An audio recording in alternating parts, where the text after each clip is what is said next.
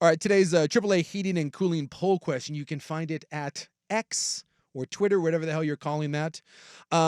We asked the question today, with events like the Masters, what drives your interest and compels you to watch? Storylines, star players, all watch regardless, or what's the Masters? We ask you to vote and vote hard.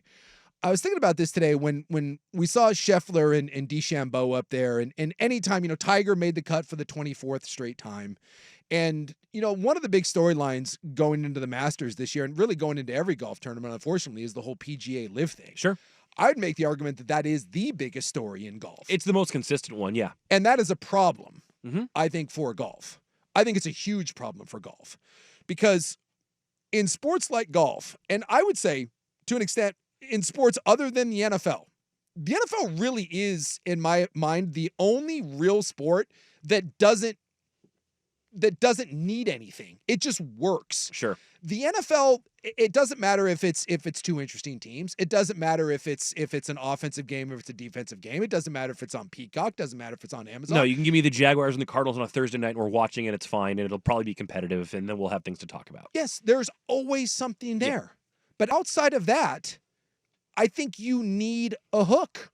And that's what I said with the Masters. Like, the Masters is enough to draw eyeballs. Baseball's dying because of that. Like, yes. viewership-wise. Like, yes. And so is golf. Golf right now, golf's viewership is getting slaughtered on a weekly basis. Because most of the rivalries are gone, and half of the players that people are interested in following are gone, and no one wants to watch the new product, and the old product is suffering because part of the old product is gone, and it's rough.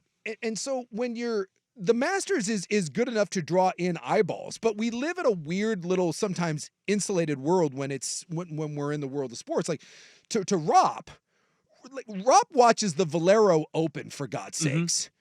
Dirt watches the Sony Open or watches the Genesis. I hate to be the bearer of bad news, but you're like one of 7 people that watch that.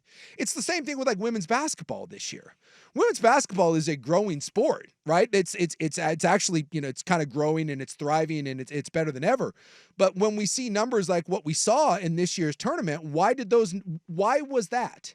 It was because of Caitlin Clark. Well, it was because of Caitlin Clark and the LSU thing from last year, and then it kind of grew off of that. Now we'll see if women's basketball can take that next jump. But there was a moment in time, there was a storyline, there was a star player. A perfect storm. There was a perfect storm of things that came about.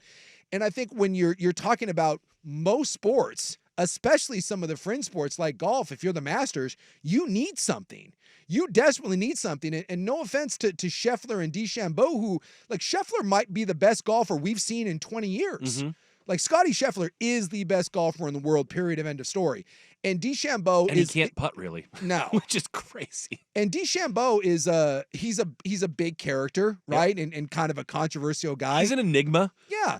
And DeChambeau and Scheffler are both,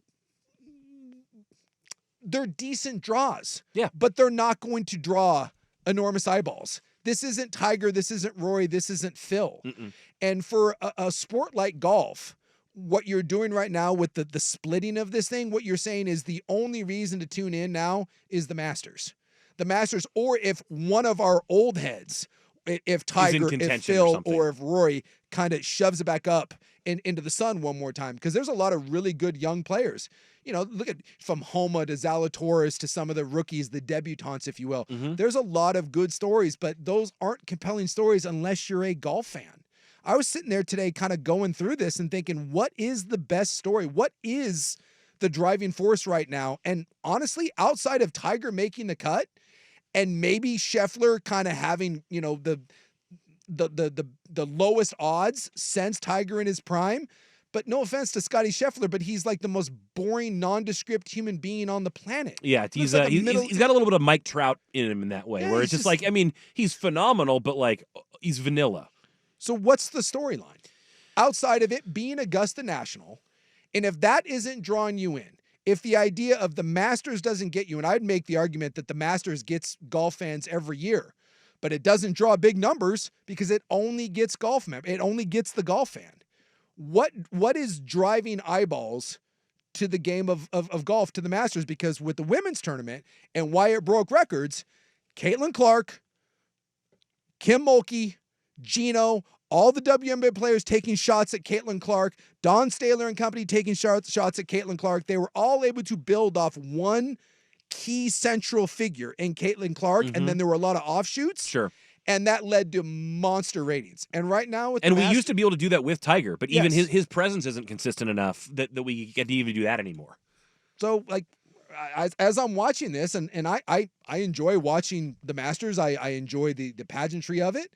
But I think if you're the PGA right now, if you're Live Golf, I think if you're just in the sport of golf in general, I'm not certain what's drawing eyeballs to your sport. And right now, numbers have never been worse. It's and you've now got Live Golf guys coming out and saying that we can't do this. There's no one at our tournaments. No one's watching.